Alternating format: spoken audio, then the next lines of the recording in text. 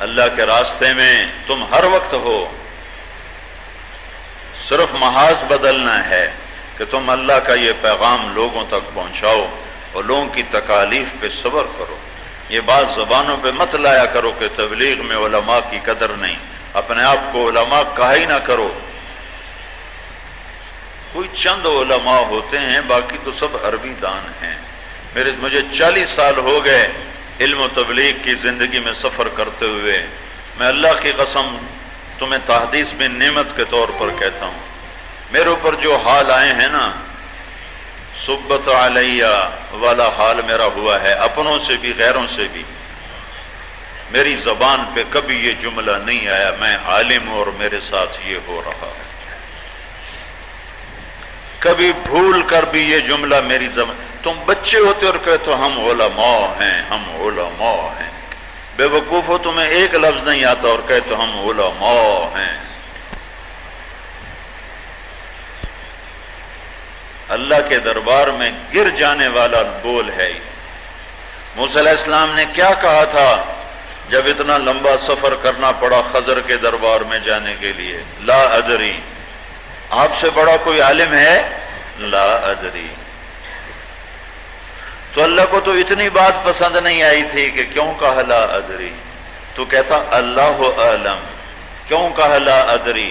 اب کر سفر، جا خضر کے پاس۔ تو ہمیں تو آتا جاتا کچھ نہیں، ہم کہتے ہیں ہم علماء ہیں۔ نہ کہا کرو ایسے جملے، عوام ہماری توہین کرتے ہیں، اس توہین کو برداشت کرو، تمہیں اس میں عزتیں ملیں گی۔ میں نے ذلت کی وہ گھاٹیاں دیکھی ہیں، تم اس کا 100واں حصہ دیکھو تو تم لٹ اٹھا کے لوگوں کے سر پھاڑ دو۔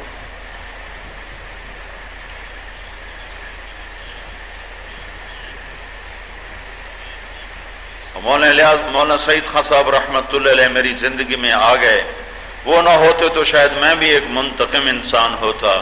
انہوں نے مجھے یہ سبق دیا تھا، بیٹا کبھی اپنے پر ہونے والے الزامات کا جواب نہ دینا، چپ کر جانا۔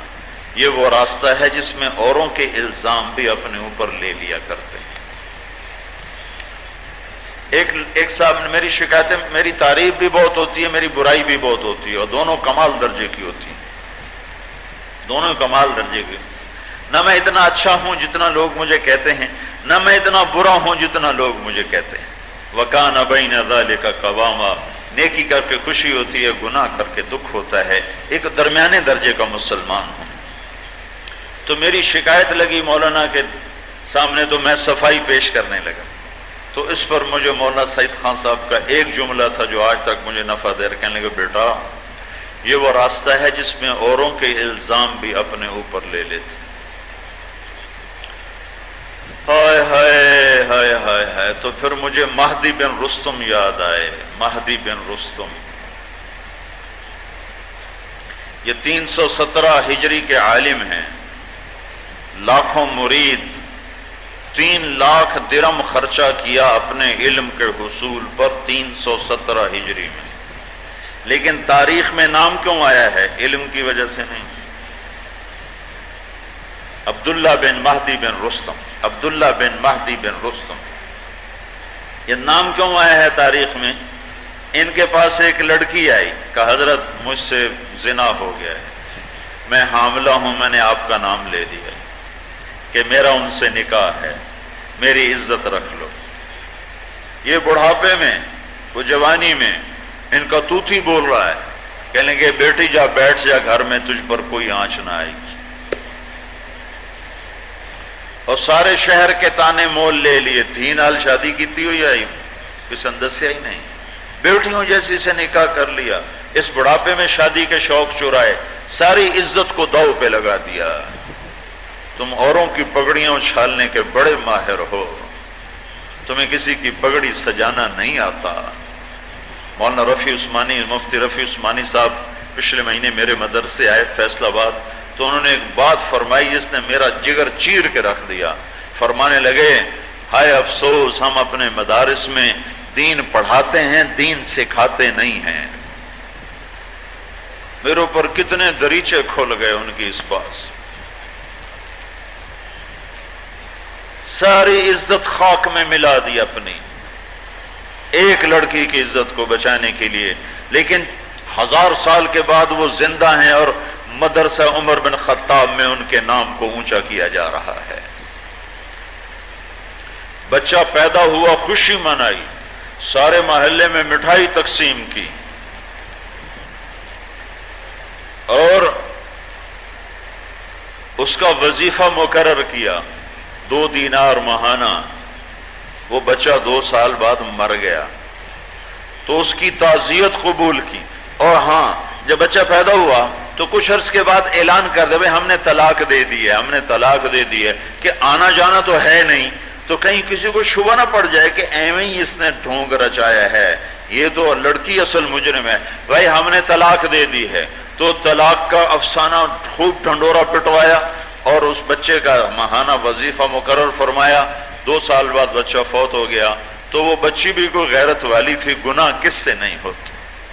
یہ ہمارا معاشرہ بھی عجیب ہے، کوئی بیٹی برائی کر بیٹھے تو اسے ذبح کر دیتے ہیں، اور بیٹا کم بخت ایک وقت میں 10 عورتوں سے زنا کر رہا ہوتا ہے، اس کو کچھ بھی نہیں کہتے، چھوڑ چھکر انجی کر دے ہی رہ جاندے۔ لعنت ہے تمہاری ایسی غیرت پر کہ بیٹی سے خطا ہو جائے تو ذبح کر دیتے ہیں، اور بیٹا شادی کر کے بھی زنا کرتا ہے اور پھر بھی کہتے ہیں کوئی گل نہیں جی ہوندہ ہی رہ جانا۔ اس بیٹے کو بھی ذبح کرو۔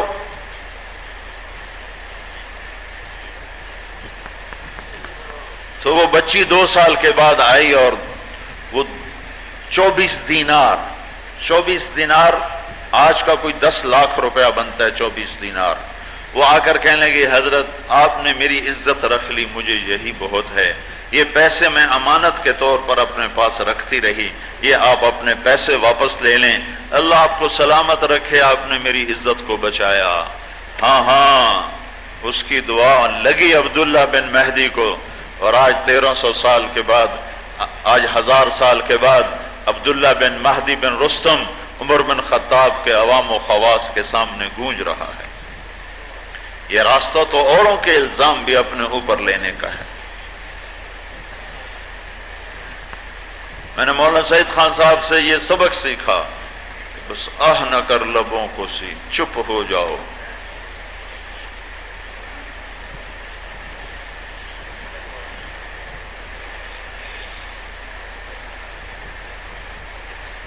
تو اپنے آپ کو علماء نہ کہا کرو ہم علماء ہیں، عوام ہمارے ساتھ یہ کر رہے ہیں۔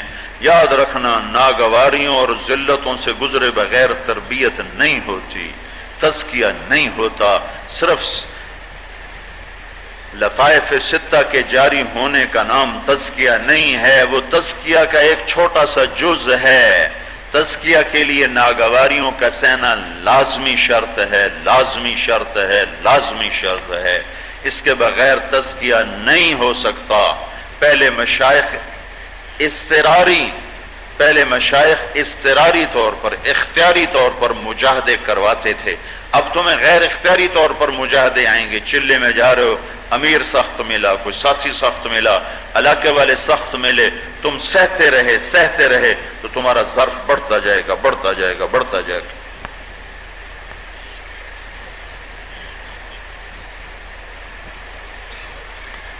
مجاہدوں سے گزرے بغیر راہ نہیں ملتی ہے۔ تزکیہ کے لیے ناگواریاں بڑی ضروری ہیں، اور یہ تبلیغ میں خوب میسر ہیں۔ عام جماعتیں، میرے جن جماعتوں میں جاتا ہوں وہاں تو الٹا بگاڑ آتا ہے۔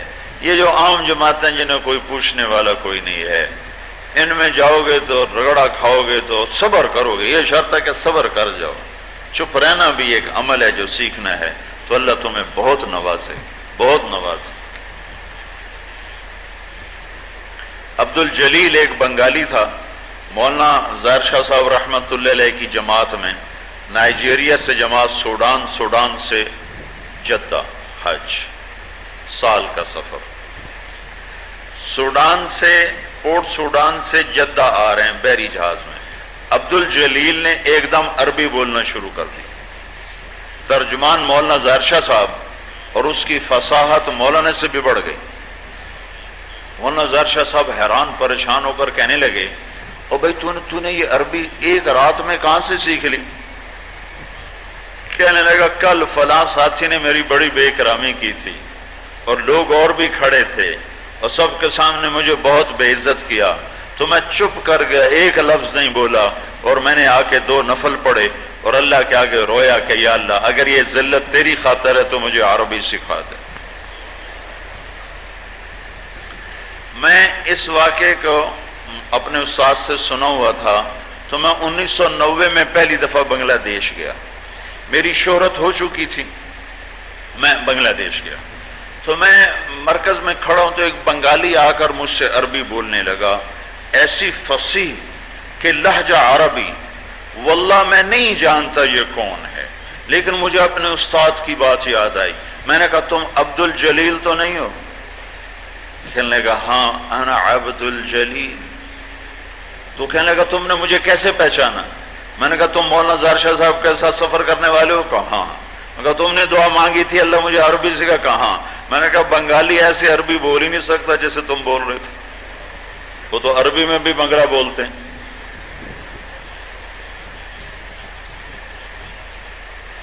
تو ہمارا ساتھی تھا بنگالی، وہ چلا گیا اسلام آباد۔ وہ اسلام آباد ٹھنڈا ہوتا ہے، سخت گرمی میں وہاں ٹھنڈ ہوتی ہے، تو بنگلہ دیش میں تو ٹھنڈ ہوتی نہیں، تو وہ کہنے لگا او توبہ توبہ، جب گرمی میں اتنی شوردی ہے تو شوردی میں کتنی شوردی ہوگی۔